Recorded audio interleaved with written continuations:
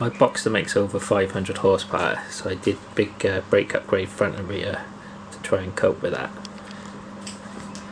My rear brakes are Lotus Evora 400 rear calipers, which are made by AP Racing, and the discs are 380mm PFC discs off a 991 Cup car GT3. And then the front brakes are the Audi RS 8-pot calipers, which are Brembo, and same discs, 380mm 991 Cup car. They're 34mm thickness on the front discs, and the rears are 30mm.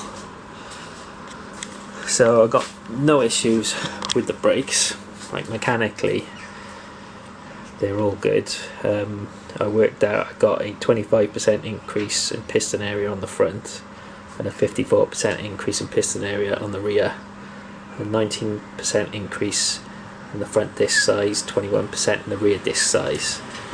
I've got a master cylinder, is the GT3 one, which is a common upgrade. So the brakes are all fine, jump on them, the front's lock before the rears. So I'm happy mechanically with where everything is. They feel fine, good bite, nice pedal feel. The only issue I got is the ABS. I'm on a standalone ECU, so it took a load of effort to get the ABS to work. This is all done on canvas, but I got it sorted, and the ABS doesn't want to play ball with these brakes. What happens, I think, is known as ice mode. So when you brake hard, the ABS kicks in way before you actually need it to. It comes in really early, but it doesn't actually, it's not actuating the ABS properly, so the pedal feels quite hard, and it kind of feels like it's buzzing a bit, but it's not actually retarding much speed. And looking around on the internet, people refer to this as ice mode. And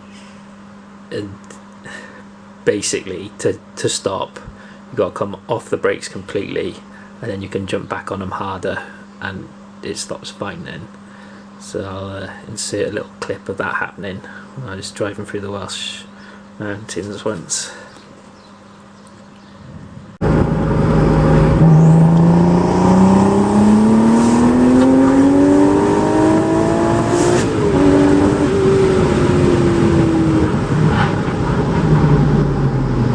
Brakes work that time? Yeah, but I'm jumping on and off them. Ah, okay. Yeah, if I had relied on the ABS, we weren't stopping there.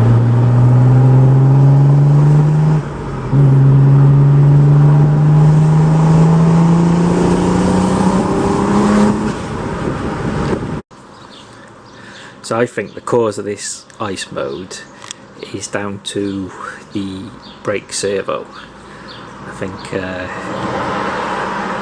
the ratio is wrong to match the difference in the brakes mechanically. That's what I'm hoping for. It's a bit of a roll of the dice. Worst case scenario, I'm just going to leave the ABS off, because basically with it on it's dangerous. So I bought a TRW, which is the OEM supplier. It's a 997 GT3 GT2 RS turbo brake servo, or brake booster if you're from America. So you know, they have bigger brakes as standard, so I'm hoping the ratio on this works out a bit better and everything's happy. So yeah, that's the theory. When it came, the cap had come off and I got some bits that were rattling around in the box, so hopefully that's obvious how they all go back together when I take the old one off. I got this for a good price. I think they're about 750 quid from Porsche, and there's no way I'm paying that, because I don't even know if it's gonna sort out my issues. It's a bit of a gamble. It's 150 quid.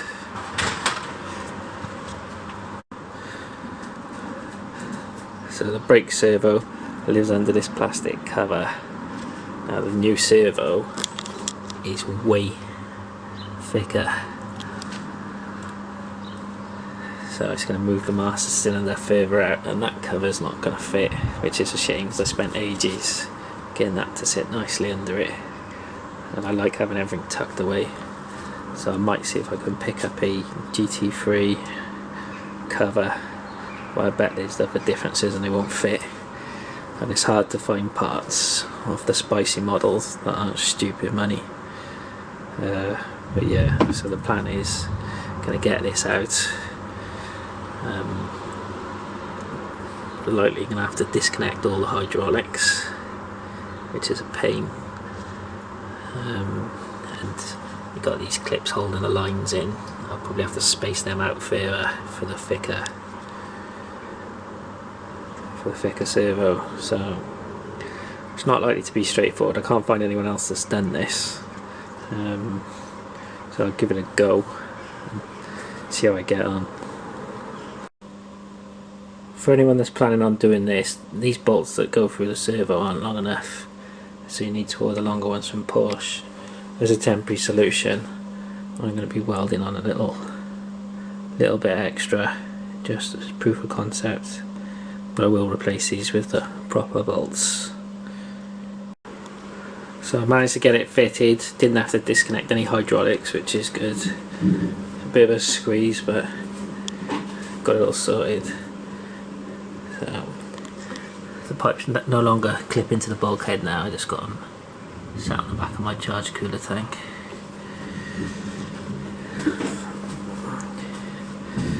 So I'm going to see if I can trim the plastic cover to go over it, but I doubt it will. That's the covers back on best I can. Obviously I had to hack this one to get it to fit. So I'll keep my eye out for the GT3 covers, but I don't think they're going to come up very often. I don't know if they'll fit anyway, to be honest. I think the bottom part of it's different. Just been out for a test drive. The biting point on the pedal has gone a bit further up now. Feels fine, no issues with it. Probably prefer it to how it was. And then when I did an emergency stop, the ABS kicked in properly, not like a hard pedal, but not actually scrubbing speed off like I was getting before. You can feel it pulsing, and the car stopped pretty quick, so now the ABS is functioning as intended. So that's a result, because it wasn't doing that before. Possibly it kicks in a bit quick. It doesn't lock the front wheels and then kick in. It seems to kick in before you get any noise from the tyres. So I don't know if that's just how the systems are. Maybe they're quite keenly calibrated.